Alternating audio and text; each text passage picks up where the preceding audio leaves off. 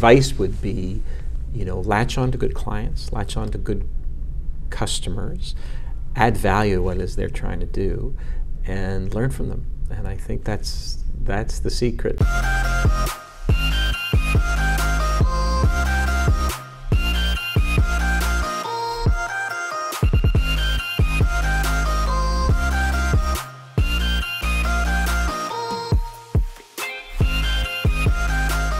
This is Jessika-Anne Ledingham with PMML.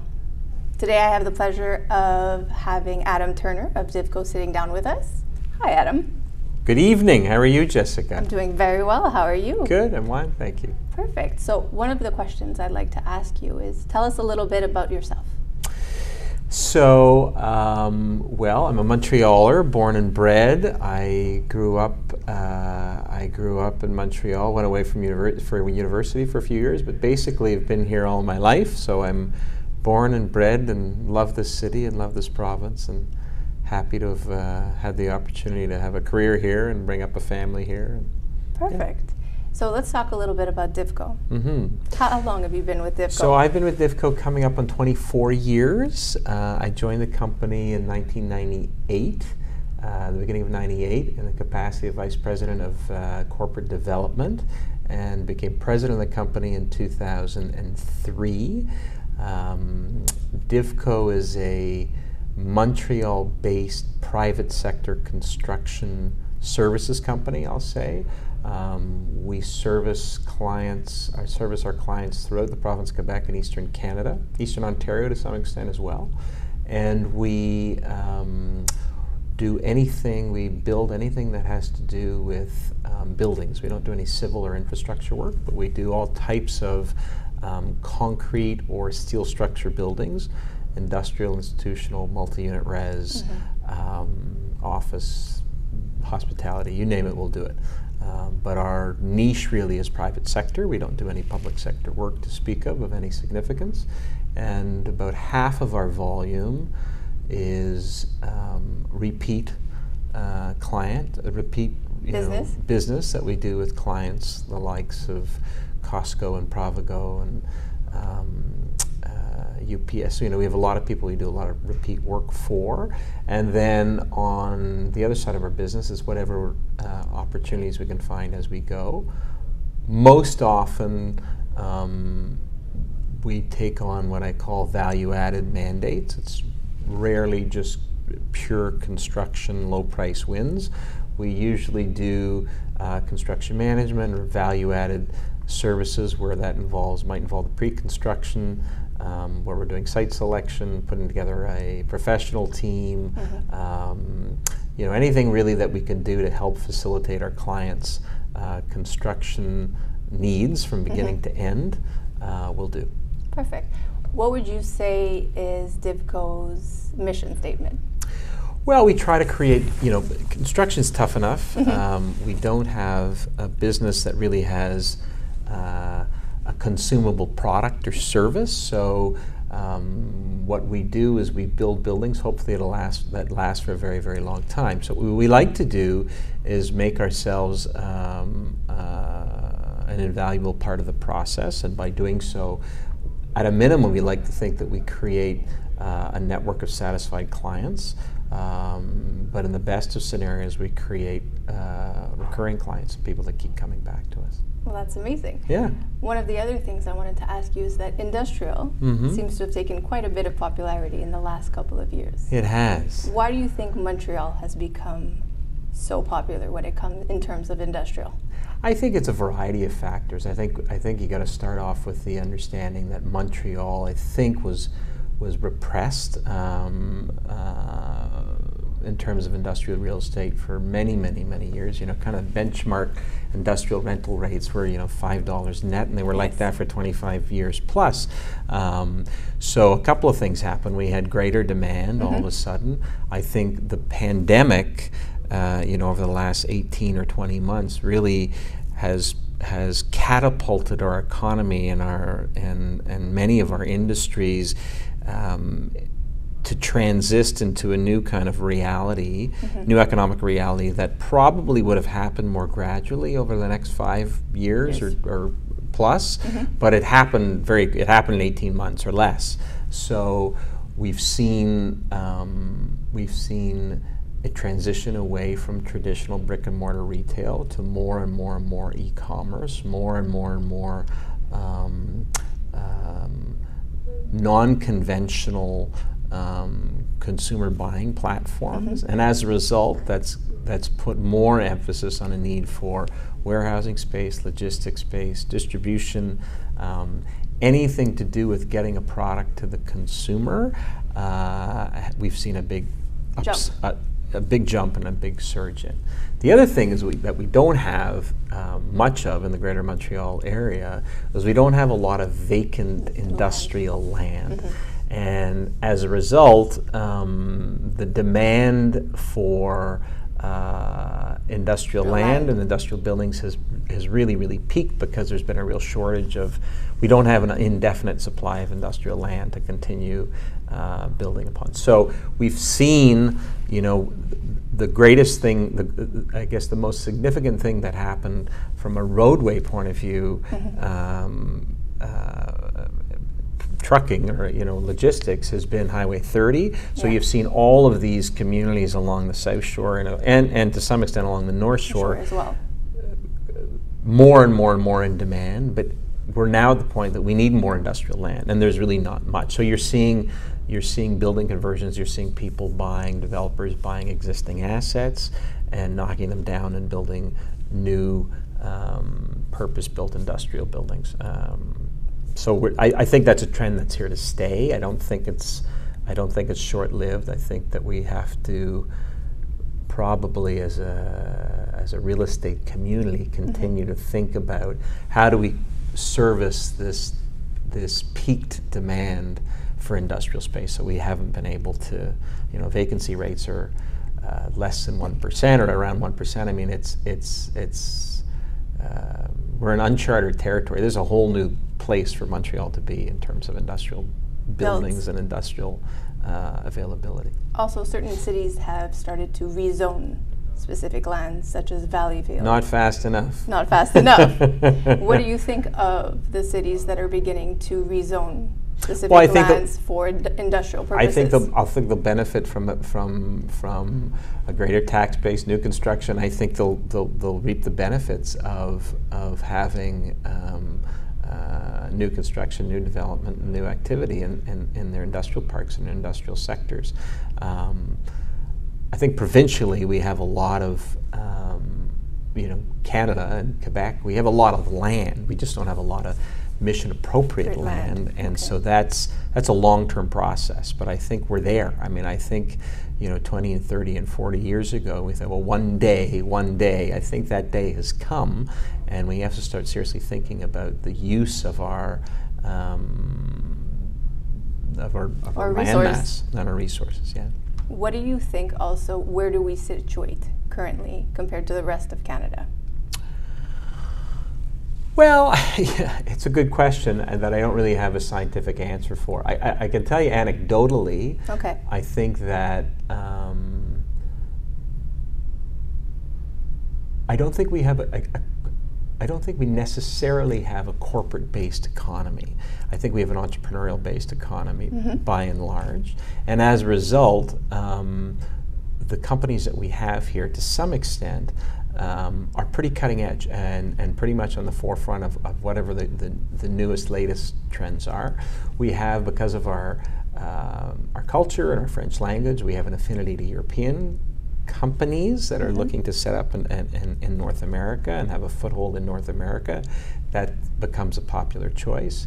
And we have certain markets and sectors and industries that we're strong in, so that draws more people here.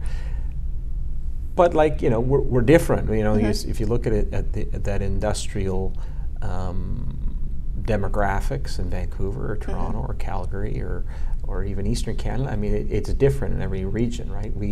Our industrial needs or new industrial requirements really follow our local economy to some extent. There's always going to be the national stuff and the international stuff and the North American stuff that need to have Amazon's going to need to have a gazillion square feet here, and all the and IBM will continue. Exactly, but what differentiates us is, I think, that entrepreneurial spirit, and I think we have a European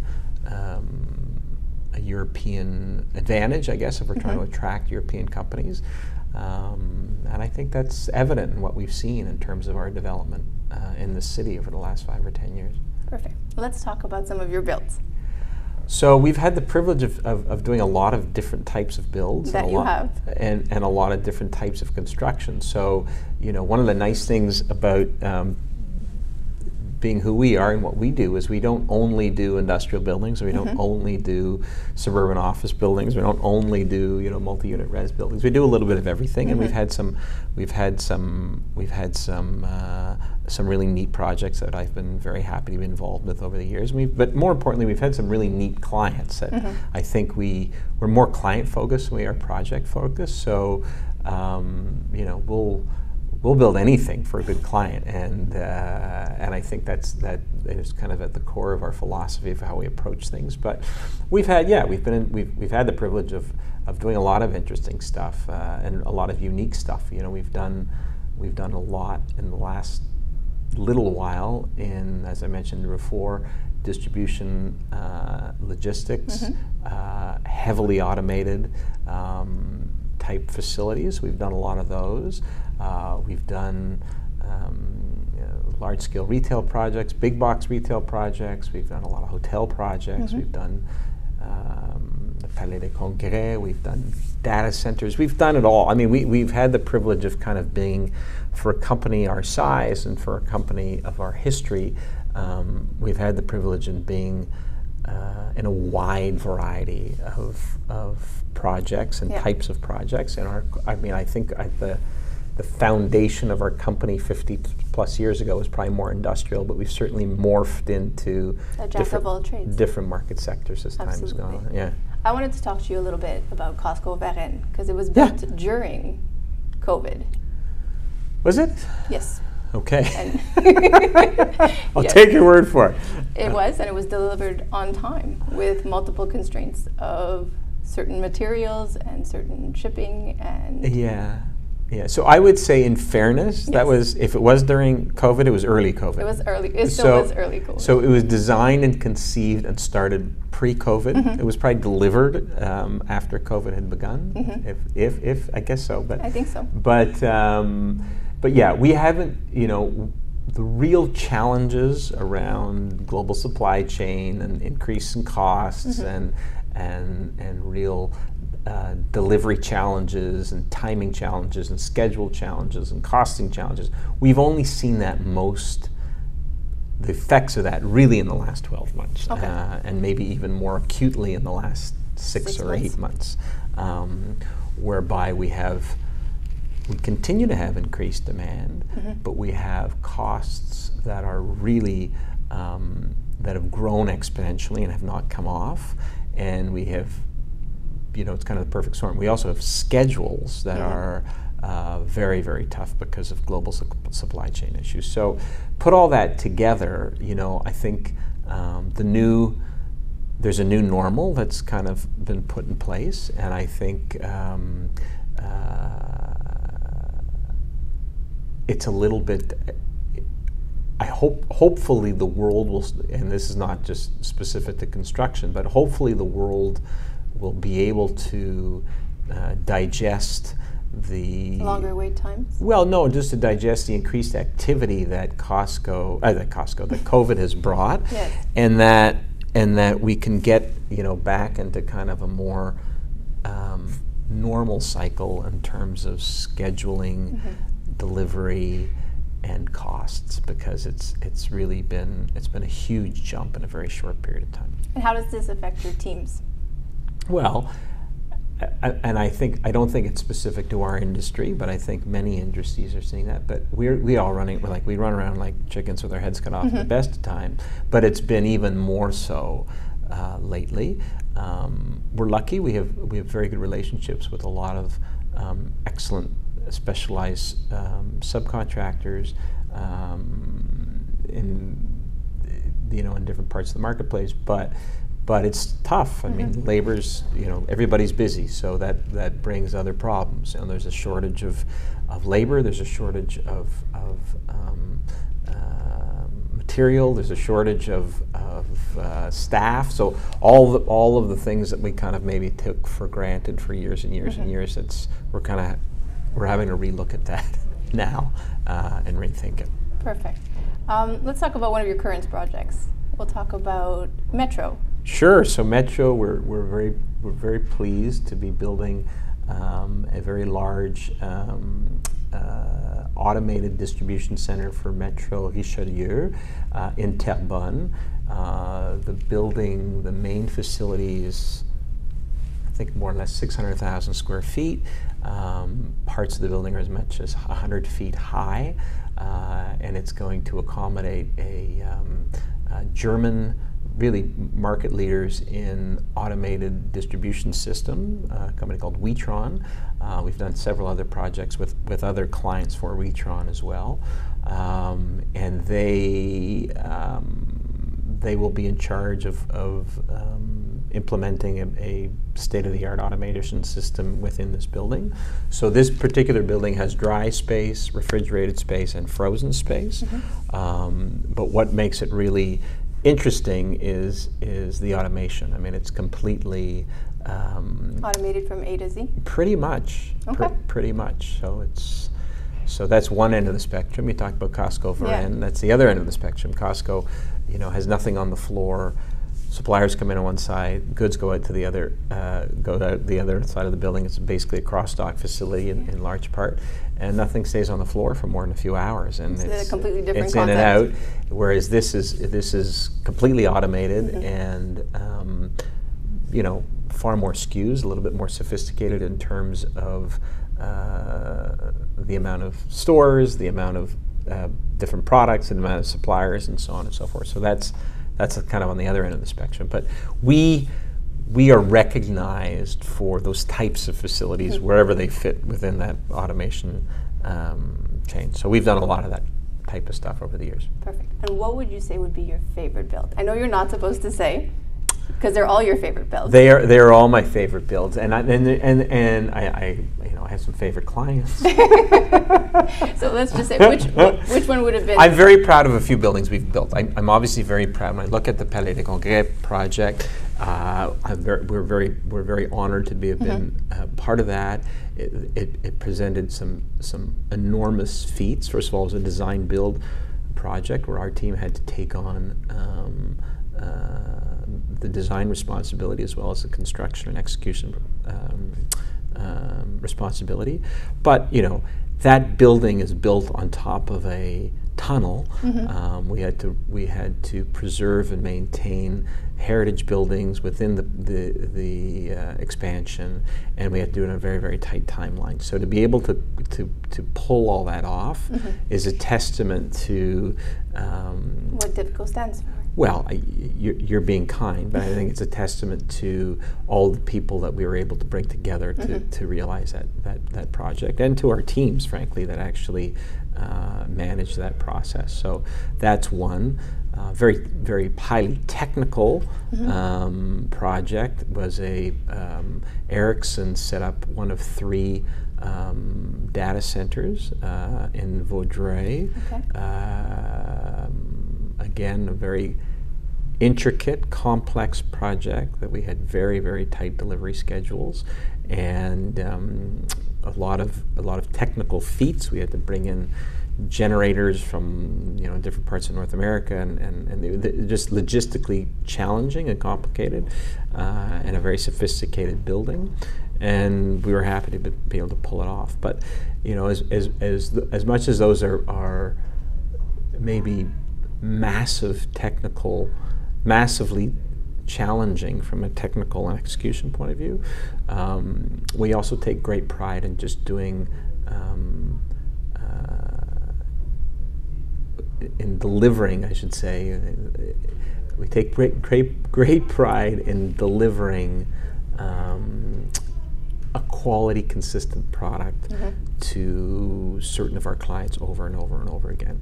And we're proud to say we have some very sophisticated purchasers of construction services that do it around the world that are very loyal to us, and they keep coming back to us in our little part of the world. So that's another area of great pride, that we do a lot of repeat business for people that really know an awful lot about construction. Perfect. Where do you see Divco going in the next 5 years? Well, I think we'll continue you know, from a macro level, we'll continue to follow our clients. We're very lucky in the sense that we're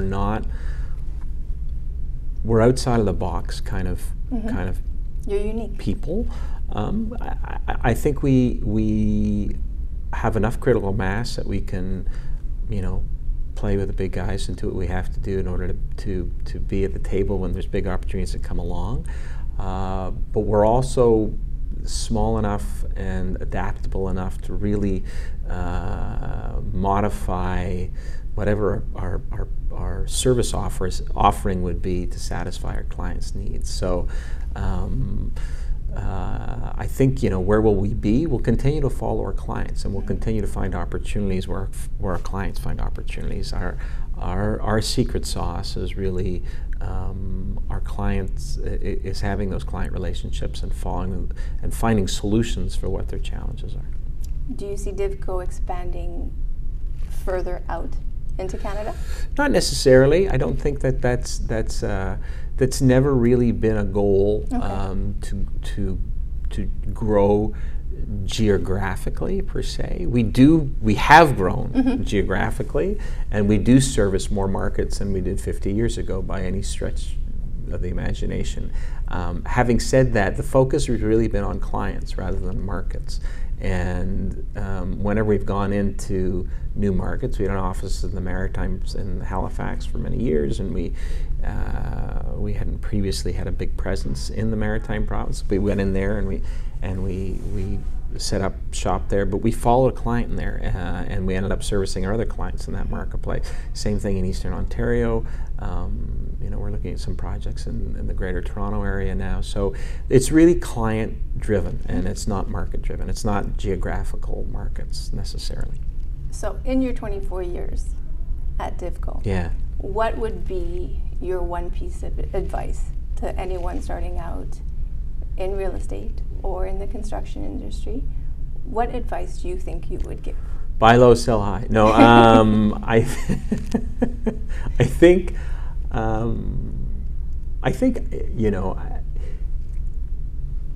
there's lots of things I can think of, but I think if you look at this industry per se, it's a really exciting and dynamic industry, and there's never a dull moment. It's perpetually changing.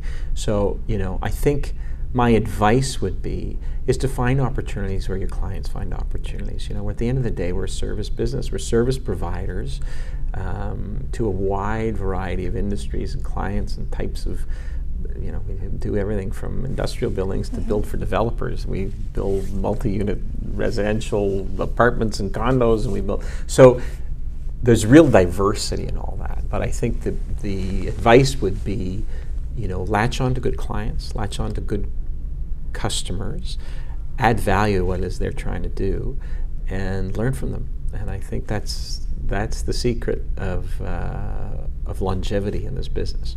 Perfect. Thank you very much, Adam. It's my great pleasure. And this is Jessika-Anne Ledingham for PMML.